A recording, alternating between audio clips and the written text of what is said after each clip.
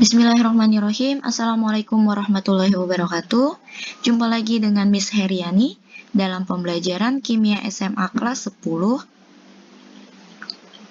Seperti biasa, sebelum mulai belajar, kita baca basmalah dulu ya, dan berdoa menurut agama dan kepercayaan masing-masing.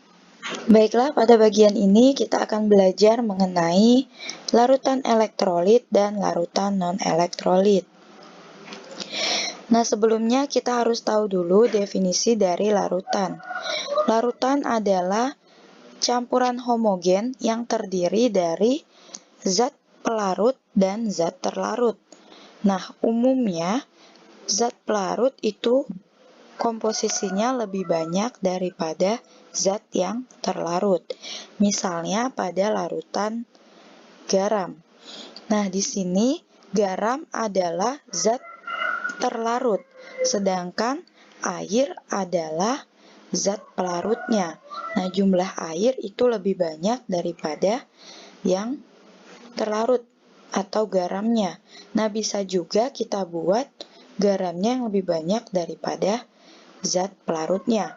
Namun, umumnya yang lebih banyak adalah zat pelarutnya. Kemudian bentuk dari larutan atau fase dari larutan itu terbagi menjadi 3. Yang pertama adalah cair, kedua padat, kemudian yang ketiga adalah gas. Umumnya kita hanya mengetahui bentuk larutan yang cair. Nah, bentuk larutan cair ini misalnya adalah larutan gula atau larutan garam. Kemudian untuk yang fase padat, itu misalnya emas 22 karat. Nah, emas ini dia tidak murni emas, namun sudah campuran dengan logam lain atau perak misalnya. Jadi, untuk emas dan peraknya itu sendiri sudah mulai sulit dibedakan. Nah, untuk yang ketiga itu fase gas, misalnya adalah udara yang kita hirup. Nah, ini kita tidak bisa membedakan udaranya itu berupa oksigen, nitrogen, atau gas yang lain. Selanjutnya, berdasarkan daya hantar listrik, larutan dibagi menjadi 2. Yang pertama, larutan elektrolit, dan yang kedua adalah larutan non-elektrolit. Nah, larutan elektrolit itu dibagi menjadi 2 lagi nanti, di mana definisi untuk larutan elektrolit itu adalah larutan yang dapat menghantarkan listrik. Nah, terbagi menjadi larutan elektrolit kuat dan elektrolit lemah. Untuk elektrolit kuat, ini dia dapat menghantarkan listrik dengan baik. Jadi dia memiliki meskipun memiliki konsentrasi yang kecil, dia dapat menghantarkan listrik dengan baik. Nah, kebalikannya untuk elektrolit lemah, ini dia menghantarkan listrik dengan buruk atau kurang baik, meskipun konsentrasinya itu besar. Kemudian selanjutnya, larutan non-elektrolit ini adalah larutan yang tidak dapat menghantarkan listrik. Nah, kita lihat pada gambar di samping ini perbedaan dari larutan elektrolit dan larutan non-elektrolit. Untuk gambar yang pertama ini adalah larutan elektrolit, jadi misalnya larutan NaCl atau lebih kita kenal biasanya larutan garam. Nah, ketika garam bereaksi atau dilarutkan di dalam air, maka dia akan terurai menjadi ion positif dan ion negatif. Nah, ion positif dan ion negatif ini dapat bergerak dengan bebas, sehingga dia dapat menghantarkan listrik atau disebut dengan elektrolit atau disebut dengan larutan elektrolit. Kemudian gambar yang kedua, untuk larutan non-elektrolit itu misalnya pada larutan gula. Nah, pada gambar dapat kita lihat bahwa molekul-molekul gula ini masih dalam bentuk gumpalan-gumpalan seperti ini, tidak terurai menjadi ion-ion positif maupun negatif, sehingga ia tidak dapat bergerak dengan bebas. Nah, molekul ini atau gumpalan ini dia tidak dapat menghantarkan listrik, sehingga disebut dengan larutan non-elektrolit. Oke, selanjutnya adalah cara menguji larutan elektrolit dan larutan non-elektrolit. Jadi di sini kita dapat melakukan percobaan seperti ini. Jadi kita gunakan lampu pijar. Kita hubungkan menggunakan kabel ke sumber arus listrik. Bisa berupa baterai atau aki. Nah, sumber arus listrik ini kita hubungkan ke elektrode positif. Kemudian lampu pijarnya ujung yang lain kita hubungkan ke elektrode negatif. Nah, di sini kita dapat menggunakan larutan apapun yang akan kita uji. Nah, perhatikan gambar yang di samping. Ini merupakan contoh dari hasil percobaan larutan elektrolit atau larutan non-elektrolit. Jadi yang pertama itu ada larutan non-elektrolit. Jadi kita perhatikan dulu gambar yang pertama.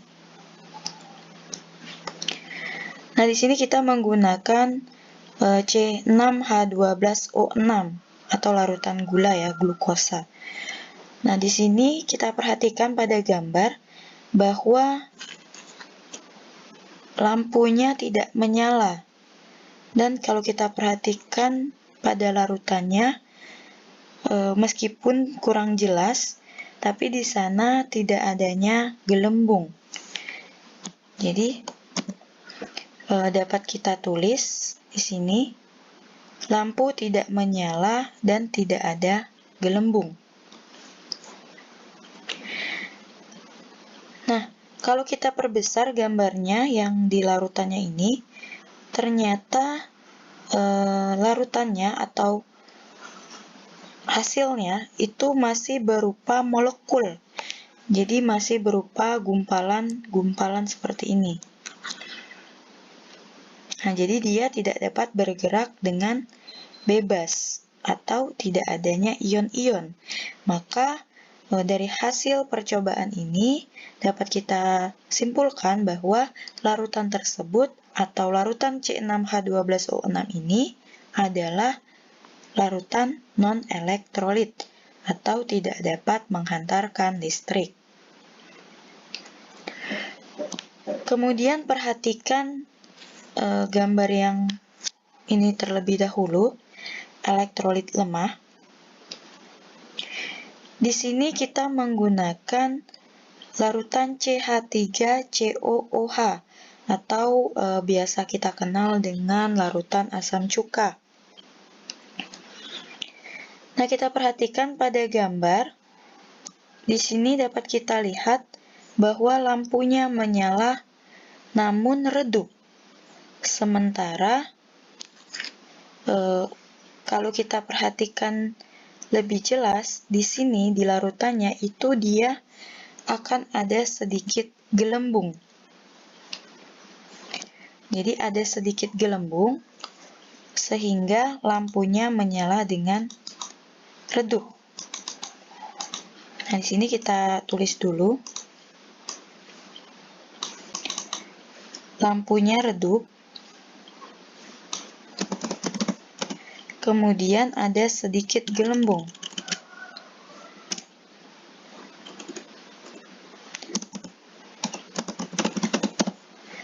Nah, kalau kita perbesar gambar larutannya, bentuknya dia akan seperti ini.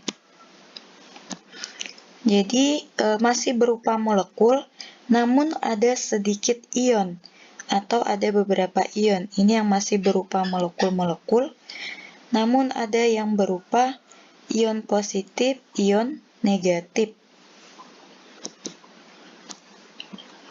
Nah, di sini.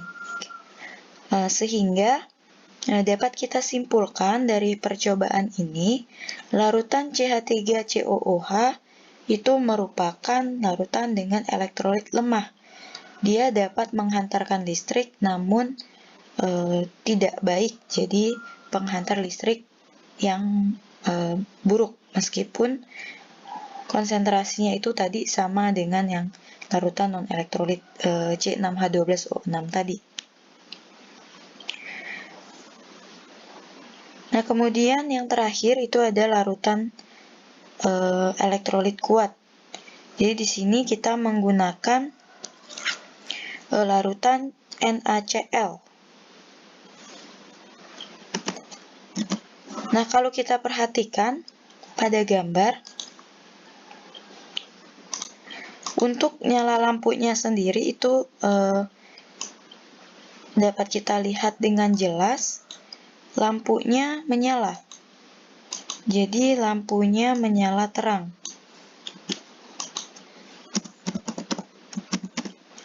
Kemudian kalau kita perhatikan, di sana banyak gelembung. Nah, namun pada gambar ini kita tidak dapat melihat gelembungnya dengan jelas. Jadi lampunya menyala terang, kemudian di larutannya itu banyak gelembung. Nah, apabila kita perbesar, di sini dapat kita lihat larutannya itu terurai menjadi ion-ion. Jadi ada ion positif, ada ion negatif. Nah, ion positif dan negatif ini dapat bergerak dengan sangat bebas. Jadi dia dapat bergerak dengan bebas, sehingga dapat menghantarkan listrik dengan baik, atau disebut dengan elektrolit kuat. Nah, bedanya dengan elektrolit lemah tadi, dia meskipun ada ion, namun ionnya tidak dapat bergerak dengan bebas. Jadi bisa bergerak, namun dia tidak sebebas pada elektrolit yang kuat. Jadi karena di elektrolit lemah itu masih adanya molekul-molekul, jadi dia tidak dapat bergerak secara bebas seperti pada elektrolit yang kuat. Nah, itulah cara untuk menguji larutan elektrolit atau larutan non-elektrolit. Jadi itu saja pembelajaran kita pada bagian ini. Apabila ada yang belum dipahami, itu boleh langsung ditanyakan. Kemudian untuk bagian selanjutnya kita akan belajar mengenai senyawa pembentuk larutan elektrolit dan derajat disosiasi. Jadi akhir kata, Miss akhiri, Assalamualaikum warahmatullahi wabarakatuh.